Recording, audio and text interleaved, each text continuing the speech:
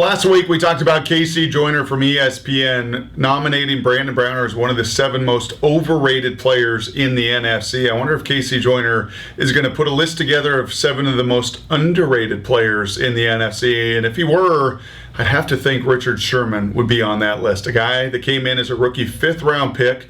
Remember, converted wide receiver at Stanford before he flipped over, played defense for a year or two with Vic Fangio. Comes to Seattle as a 5th-round pick, starts just 10 games, and not only has 4 interceptions, and it's easy to always look at the stats, and I think that was some of Casey Joyner's point about Mr. Browner and how the 6 interceptions and the Pro Bowl and everything else. But when you looked at just the way that Richard Sherman changed the game on that side of the field, whether it was Larry Fitzgerald, much like Browner, just a pest, just a physical presence to go on and have 4 picks that shows the ball hawking skills of a former receiver. He didn't get flipped over from receiver to DB because he couldn't catch the ball. It was a matter of him just physically being more suited as a physical player, a physical presence to come and hit, to come and tackle, better suited for the defensive side than the offensive side.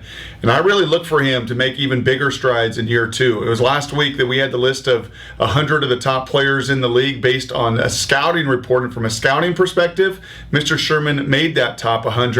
Year 2, seeing the bigger picture, as he told Mike and I 2 weeks ago, knowing what the defense is trying to do, not just knowing his assignment, knowing where the safeties and the linebackers and the defensive linemen are, knowing who the opponents are, scouting within your own division, your own comfort level.